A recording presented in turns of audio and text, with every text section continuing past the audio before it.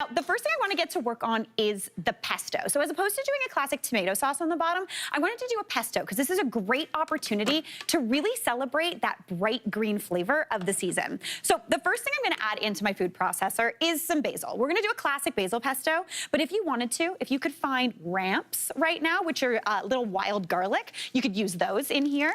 You could also do chives. Really any sort of good herb would be beautiful. I'm going to throw about a cup of basil leaves into my food processor. Looking beautiful. And then I'm gonna go in with some peas. Now I'm using classic frozen peas because they were picked last spring, so technically they're spring peas.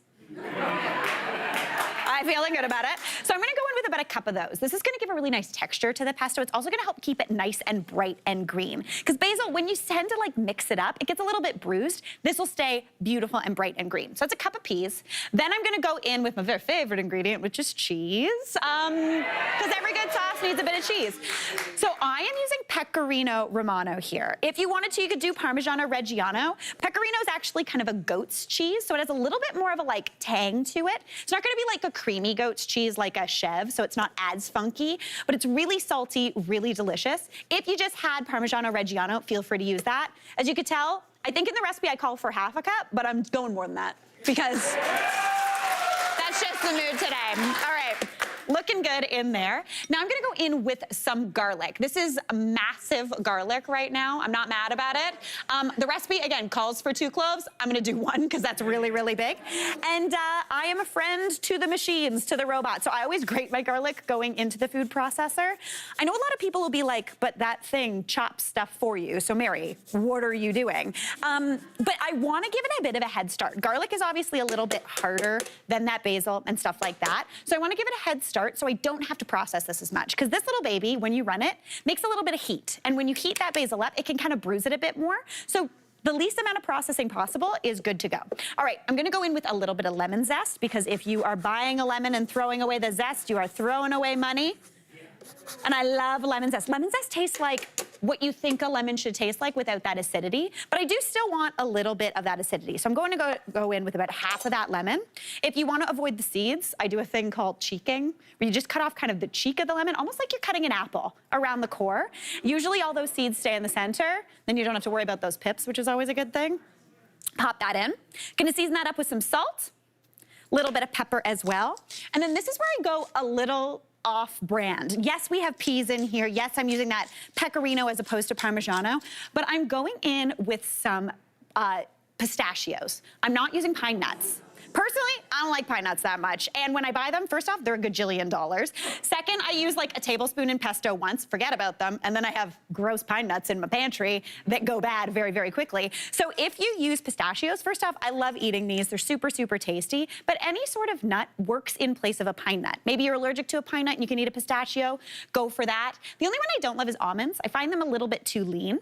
And speaking of lean, I'm gonna go in with some oil, so the opposite of lean. So I'm gonna go in with, I'm gonna say 4 tablespoons to start, but we might need to add more. Anytime I am making pesto though, I like to make it really chunky, keep it really nice and thick. That way I can kind of start to process it down or add it into things. If you keep your basil pesto nice and thick, kind of like this is really easy to add into mayonnaise to give a little bit of like a pesto mayonnaise situation. Doesn't thin it out too much. I am gonna go in with a little bit more oil though. Anywhere from about 6 to 8 tablespoons, just until it's nice and saucy. And to me, that looks and smells like springtime. Oh my gosh, that's delicious. Very exciting, okay.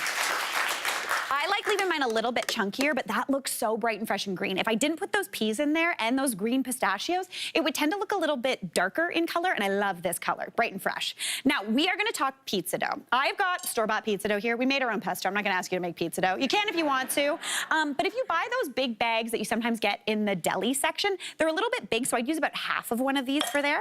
If you buy the frozen ones, those are usually about the size. So I'm just gonna stretch this out, but I'm gonna add a little bit of oil onto my sheet pan. If you want to here, you could also do a little bit of cornmeal for a little texture. I'm just gonna toss this kind of in here and then just stretch this out. Now, anytime I'm making homemade pizza, I guarantee it will never be round. It is always kind of a squircle shape, but basically you just kind of wanna run around the pizza dough. This is how my grandpa told me you're supposed to turn a corner in a car. It's not. Don't do that on your driving test because you're not gonna pass. But giving it a little bit of a stretch, you can use the backs of your knuckles just to give it a bit of a stretch out. I love using store-bought pizza dough because it's already had a little bit of time to develop that flavor and that funk from that yeast. Again, we are not getting a circle, don't worry about it. I'm gonna slap that down, stretch it out as much as you can. If you want it a little bit thicker, you can leave it like this. If you want a little thinner, keep stretching. But I'm gonna get to topping. So I've got that beautiful pesto here, looking fantastic. And I'm just gonna spread that down onto that wonderful pizza base. As thick or as thin as you'd like. Again, I like it at this texture, super tasty.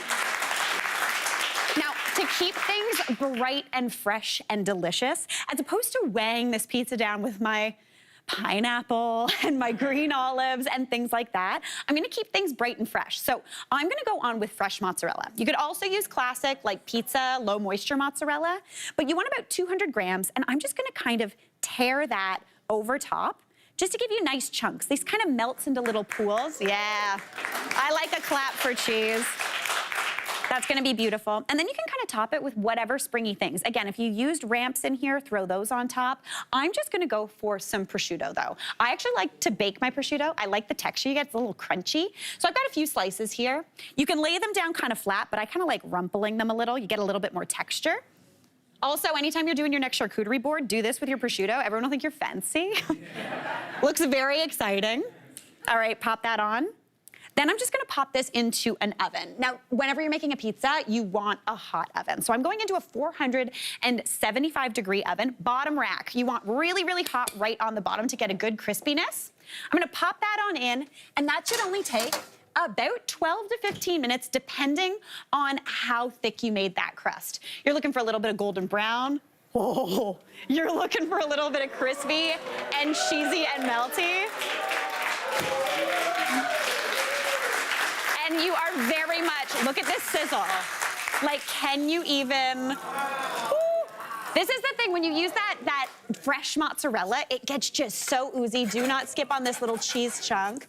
Shouldn't be sticky because of that beautiful oil we put down. Just slide it onto your serving dish. Woo. If this is what pizza night looks like, again, any night of the week. Now, to jazz this up a bit more, I'm gonna go on with some chopped pistachios just to hint that there's something a little different in here. Maybe a little bit of hot honey. Do we feel good about this? Just drizzle that right on over top. Okay, okay, okay. Regular honey would be delicious here too, but hot honey on pizza, next level.